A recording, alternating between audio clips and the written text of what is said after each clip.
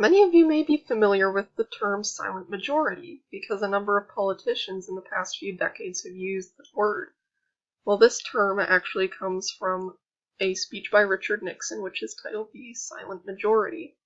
In this speech, Nixon uses pathos, ethos, and logos to convince the American people of his ideas. The year is 1969, and America has just narrowly elected Richard Nixon as President of the United States.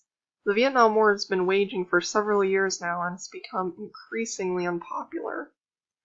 Nixon campaigned on a promise of ending the Vietnam War as soon as possible.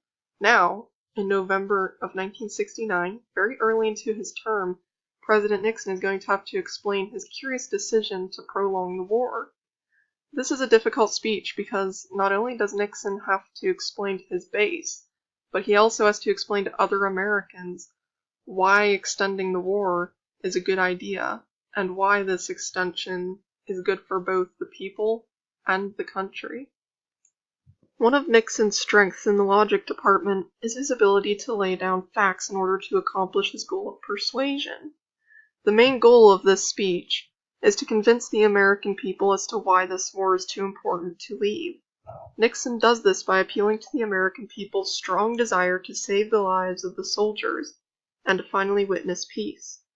Nixon says that if America were to leave this war right now, then more wars would inevitably come and more American lives would be lost. To prove his point, he uses a quote from President Kennedy.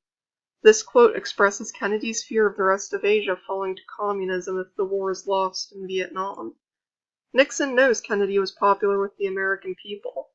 Thus why he appeals to Kennedy's authority in this matter.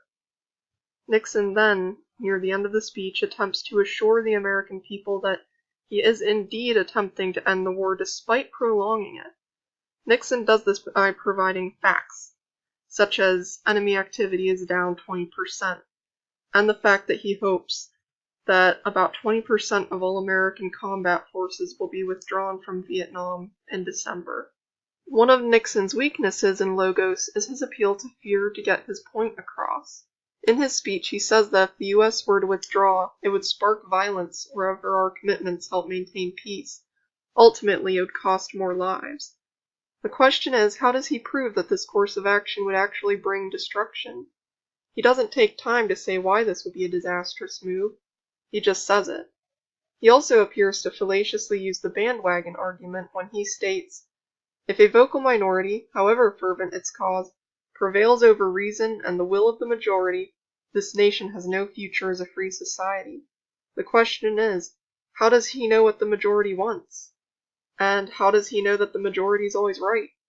Nixon seems to rest part of his logical argument on the assumption that the majority is always correct and that the United States is a democracy. Nixon doesn't appear to back up any of these statements with facts. So did Nixon in 1969 have good ethos? It is obvious that Nixon had some appeal personally, as he won the presidency by a slim margin in 1968. This was also a time in history when politicians still held some of the public trust. Nixon had been a politician for years. He had served in the government as a representative for several terms, and this lent him an air of certain credibility, not to mention that Nixon had not been involved in any scandals prior to 1969. He appeared to the public to be a good man who was well known. The only weakness he could possibly have in his ethos for this speech would be his later compromised integrity in the wake of the Watergate scandal. Nixon also did a great job reaching people's emotions, which was the foremost point of his presentation. He first appealed to the Americans' basic sense of humanity. He used the example of Way and the suffering there to tug at each listener's emotions. The way he phrases this appeal from Way is also particularly effective. He states that if Americans withdraw, this terrible event would become the nightmare of the entire nation. In this instant, the president was asking Americans to look beyond themselves and to think of the suffering of others. Nixon knew that people are prone to sympathy for other human beings and that this would be effective. Nixon also went deeper than sympathy for other humans. He also asked Americans to think of their country's mission and their national pride. He stated that the hope of the world is now determined by America's stamina and courage. He also appeals to pride when he says America began poor and weak, but is now the strength of the world.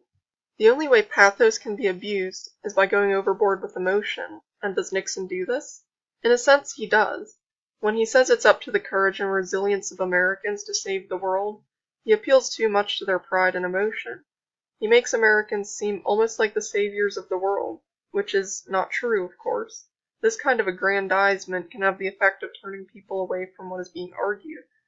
You shouldn't over-emotionalize a speech to the point of making it unbelievable. Often one rhetorical appeal is always going to be used more than the others. From Nixon's speech, I learned just how powerful the appeal to pathos is. I especially noted how powerful pathos can be when directed towards nationalism. People usually forge a connection with their home country from the time they are young. When someone reinforces this bond and love of country to support an argument, people are more likely to listen. Nixon does this masterfully here, and Trump did that as well during his campaign. Nixon's use of pathos both towards Americans as patriots and as decent people was quite brilliant. In my own speech-making, I can use pathos much like Nixon did. One must be careful not to abuse this tool, but it can be very useful in helping people see the issue from a different angle.